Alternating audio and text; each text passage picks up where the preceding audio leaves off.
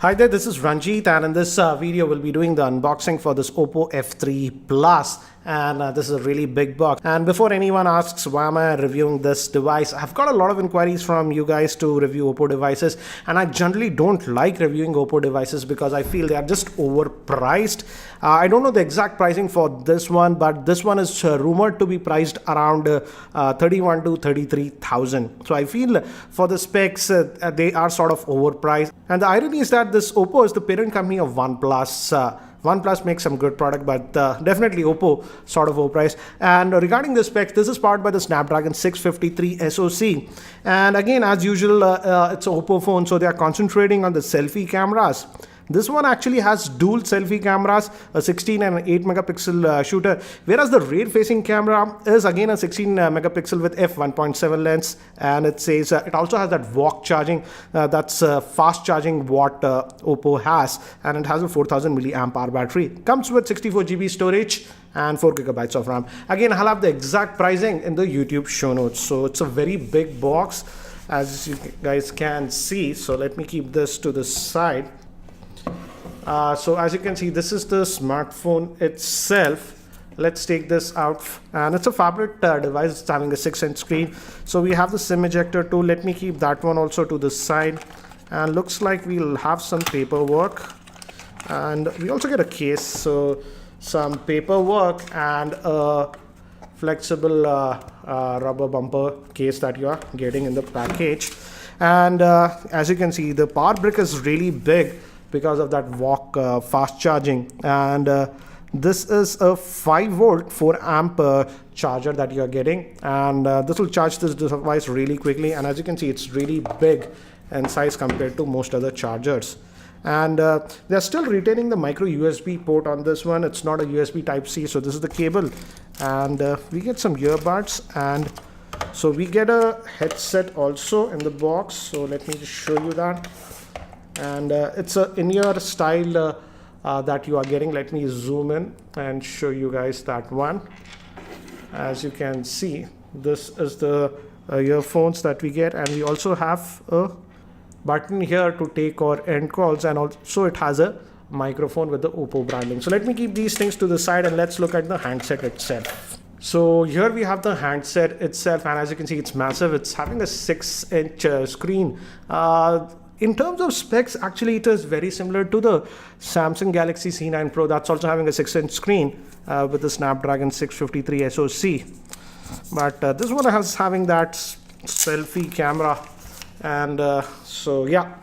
So let me actually try to give you a physical overview first. And again, as you can see, it's having a dual SIM, but it's a hybrid solution and not a dedicated SIM slot that it has. So let's take out this plastic that we have on this,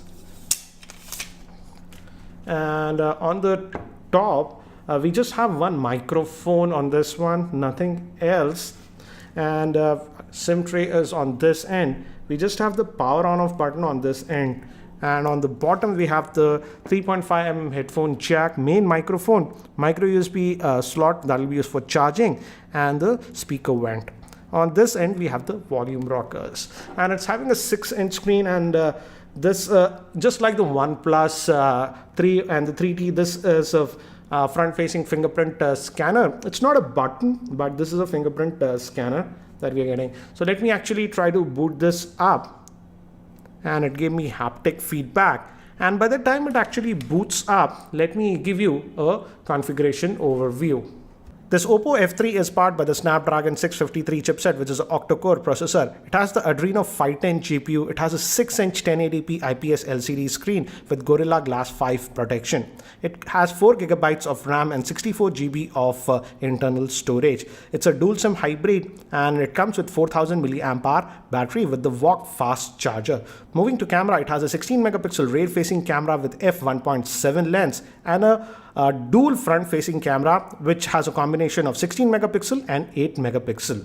And I've just finished setting up this device, and again it comes with a custom UI that is known as Color OS 3. Again, we don't have any app tray like many of the other Chinese vendors, but we have folders, and we have some bunch of apps that are sort of pre-installed for example Compass, Instagram, and also Oppo store. And I've also set up the fingerprint scanner. Let's just test that. And as you can see, the fingerprint scanner is responsive.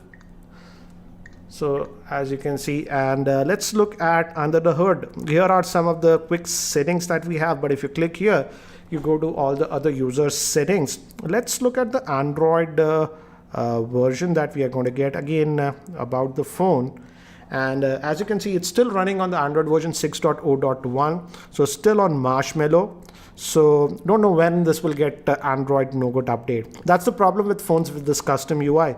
The updates are actually very slow. This has 4 GB RAM, and out of that 64 GB of internal storage, it says that we get about 51 GB. So that's what you get regarding the storage. And let's just go back, and gives haptic feedback whenever you touch any of these buttons. So this is the UI that we have, and in terms of build quality, the build quality is nice. We don't have any creaking noise or anything. But let's quickly look at what is the selling point of this device. That's the camera. So let's just open the camera interface and let's say agree. And again, this is the UI that we are seeing on many of the other Chinese phones, similar like the iPhone. Trying to replicate the UI of iPhone a lot these days. So let's bring some objects, and as you can see, the tap to focus, and this is fast. As it's having a f1.7 lens, it should actually do a lot better in artificial lighting. So let me actually show you some of the sample shots that I've shot with this Oppo F3.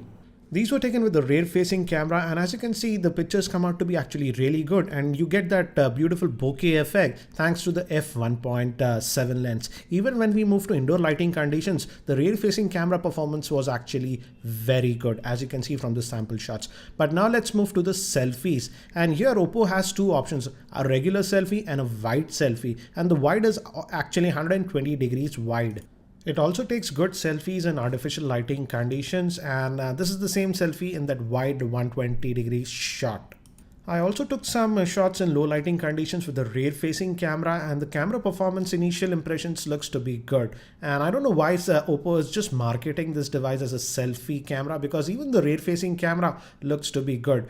But guys, as of now, I'm sort of undecided if I should do a full review of this device or not, because I feel for the price, it's actually highly priced. Again, I leave it to you guys. I'll run a poll and you guys decide in that poll if I should review this Oppo F3 Plus or not. So guys, that's it for now for this quick unboxing. And if you're not subscribed to my YouTube channel, hit that subscribe button. Thanks for watching. This is Ranjit, and I hope to see you in my next video.